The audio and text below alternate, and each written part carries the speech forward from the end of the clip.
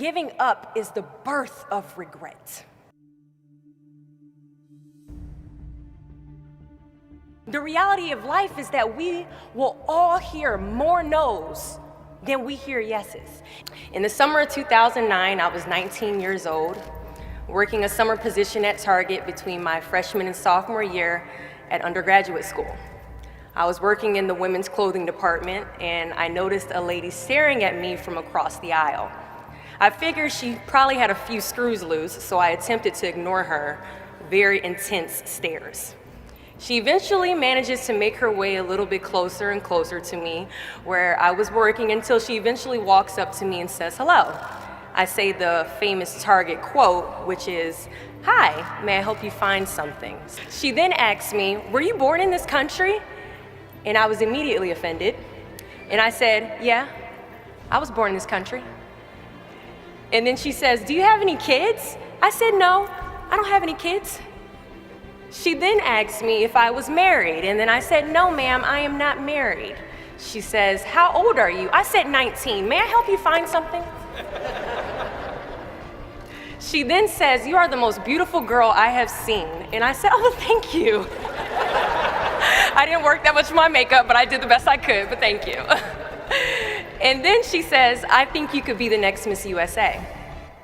And I stare at her in pure disgust and said, "Pageants? You're telling me pageants like Sandra Bullock, Miss Congeniality. Pageants? You think I should compete in pageants? I'm in the Army, okay? We don't do pageants in the Army." She then asked me to meet her at Starbucks the very next day before my next shift at Target. And she just wanted to do a little bit of explaining when it comes to what pageants is. And apparently I was a pretty open-minded 19-year-old because I actually agreed to meet her the very next day. The next day, she brought this foot-tall stack of pageant books and proceeds to convince me to enter into a state pageant 3 months later. For those who do not know, when it comes to Miss USA, you have to win your state first, okay? So 3 months later, I compete in my first pageant, and I lose.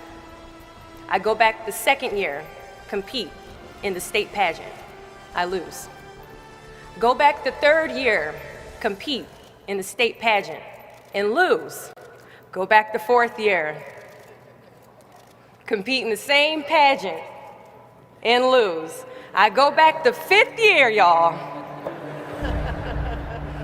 compete in the state pageant and lose. But guess what? I go back the sixth year, guess what happens? I lose. I called her on the phone and said, "You told me I could be the next Miss USA." And she says, "Deshauna, keep working, don't quit, keep going back." And in June of 2015, she passes away from leukemia. 6 months later, in December 2015, I win Miss District of Columbia, USA. And 6 months after that, in June of 2016, I become the first soldier to win Miss USA. Giving up is the birth of regret. Giving up is something I did a lot of growing up, and I don't think I really challenged myself to stick anything through until I joined the track team in middle school. I remember having to ask my mom after tryouts and making it to the team for my very first pair of track shoes. Now at the time, she walks into our house and she has a bag that has a nice Nike check sign on it, so I get excited because I wasn't getting new shoes very often. I go to take the shoe box out the bag and I notice that it says a size 9 on it. Mind you, in the 7th grade I was a size 5. I open the box and I slide my feet into the shoe and I look at my mother and I said, "These shoes are too big." She says, "I know I did that on purpose." I was like, "Why would you buy shoes that are too big on purpose, Mom?" And she says, "Because I know that you're going to grow into them."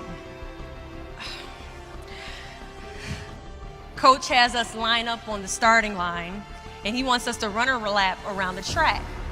As we go to take off, I immediately fall to the ground, twist my ankle because the shoes are entirely too big. See, I couldn't run at the speed that I wanted to because I didn't fit the shoes I was wearing at the time.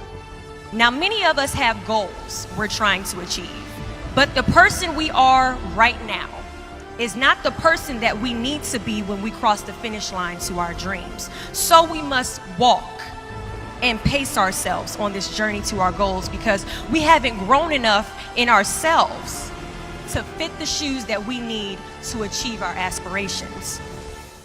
At times, our purpose drops in our laps as if the heavens threw it by accident. I ask only one thing of you all today after you leave this building. Do not fear failure, but please be terrified of regret. As giving up is the birth of regret.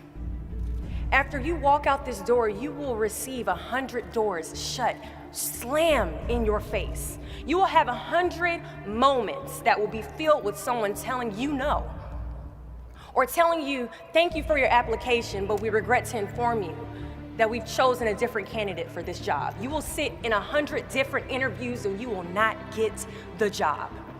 The reality of life is that we will all hear more no's than we hear yeses. And we will fail a lot, and I mean a whole lot. But what I ask of you today is to not take no for an answer. Don't be afraid of no's. Be afraid of the possibility of a yes that you have prematurely destroyed because you decided to quit before the clock strikes 12. You can ask anyone, friend, family, anybody. I love a good no. Please tell me no. Telling me no is like adding fuel to a fire that is now set ablaze because of your single no. I love additional reasons to work harder. Please give me a reason. So today I challenge you to fight, to work, to not stop here, to believe so heavily in your aspirations that you too will not fear the word no, but instead you will choose to welcome it. Thank you.